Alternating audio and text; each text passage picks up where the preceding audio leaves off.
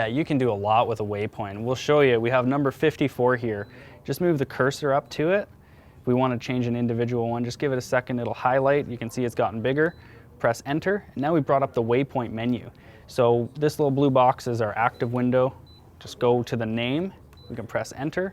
And now we have a full keypad here to change the name to whatever we want. So we'll just go through, let's say it was a rock pile that we found. We can just change that quickly here to rock. Excellent. Hit OK.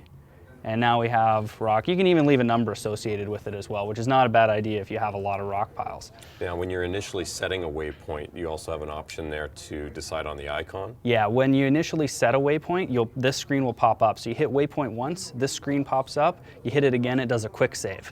But if you leave it up on this screen, you can go in here to your icon, just hit enter, and change it. So since we called that rock, we'll put a symbol for rock pile here. Perfect. That's awesome.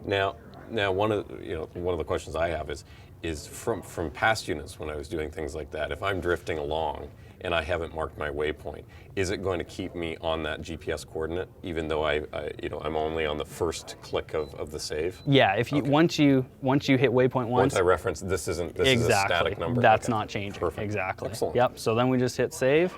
We're all done, and now that fish that we had on the screen has turned into a rock, so we know it's a rock pile. Right, so obviously I can also go back into my scroll of my GPS track and actually mark things that I've seen maybe earlier that I didn't get onto. Yep, okay. exactly. Excellent. And that's where the track back feature on some of the units is really important, because you can, if you drifted over something, let's say you caught a fish and you're just unhooking it, putting it in the live well, releasing it, doing whatever, you've probably missed a lot of information on your unit. That's so right. you can go back, scroll back through stuff that's off the screen that you would have missed. Excellent. So we can go here and just, let's say, mark that tree, go over to it. And this goes back to what we've talked about before, Andy, about the idea of patterning. Yeah. The difference between going out and getting lucky or getting out and actually determining what a pattern is. So if, like you say, if you're catching fish and you're trying to determine early on in the day, what you're getting them off of, looking for that rock weed transition or a log or any piece of structure. Excellent. Yep, exactly.